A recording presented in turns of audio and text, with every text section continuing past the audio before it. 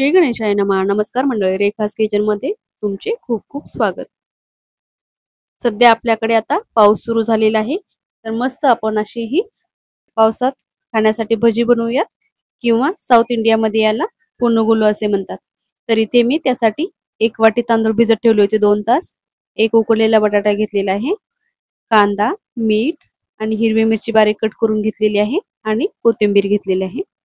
सगळ्यात आधी आपण तांदूळ मिक्सरच्या भांड्यामध्ये काढून घेऊया.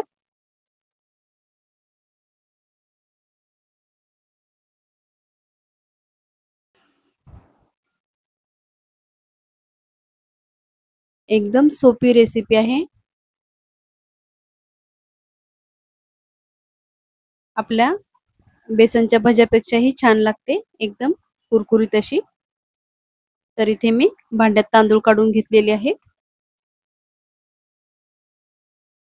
आता आपण त्यामध्ये उकडलेला बटाटा टाकून घेऊया.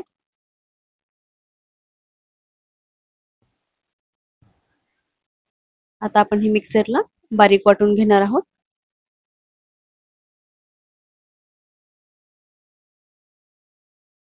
थोडंसं पाणी टाकलेलं आहे मी, जास्त पाण्याचा वापर करायचा नाही.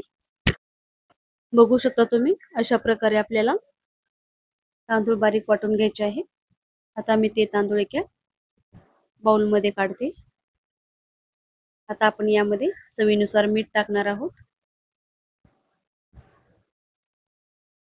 आणि आपण जो कट करून घेतलेला आहे कांदा, हिरवी मिरची आणि कोथिंबीर टाकून घेणार आहोत. यात तुम्ही जिरे पण ऍड करू शकता, मी जिरे टाकायला विसरली.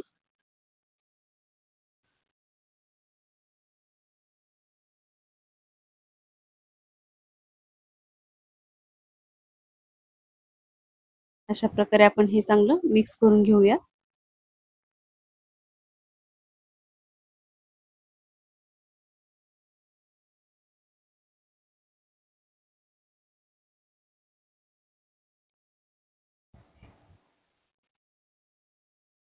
आणि इथे मी अर्ध्याच पिठाची बनवणार आहे. अर्ध्या पिठाची मी तुम्हाला दुसरी एक रेसिपी बनवून दाखवेन. इकडे आपलं तेल पण गरम झालेलं आहे. तर आता आपण मस्त अशी ही भजी तयार करून घेणार आहोत. साऊथ मध्ये याला पुनुगुलू असे म्हणतात. तर ही आपल्याला चांगली अशी तळून घ्यायची आहे. तळायला थोडस जास्त वेळ लागतो. मीडियम फ्लेम वरती मी ही 3-4 मिनिटं तळून घेणार आहे.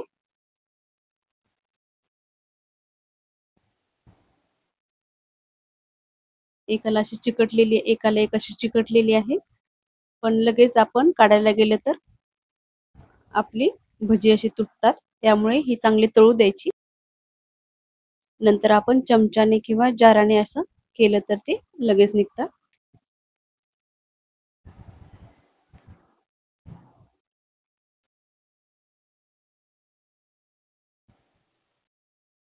तर हे तळायला थोडस जास्त वेळ लागतो. फास्ट फ्लेम वरती आपण जर तळली तर ते आतमधनं कच्चे राहतात. मीडियम फ्लेम वर आपल्याला हे तळून घ्यायचे आहेत. हे बघा, अशा प्रकारे आता मी एक एक वेगळी केलेली आहे. आणि यामध्ये अजिबात खायचा सोडा वगैरे मी काहीच टाकलेलं नाहीये, काहीच टाकायची गरज नाही. हे असे बाहेरनं क्रिस्पी आणि आतून मऊ असे होतात, त्यामुळे खाण्याचा सोडा टाकण्याची गरज नाही.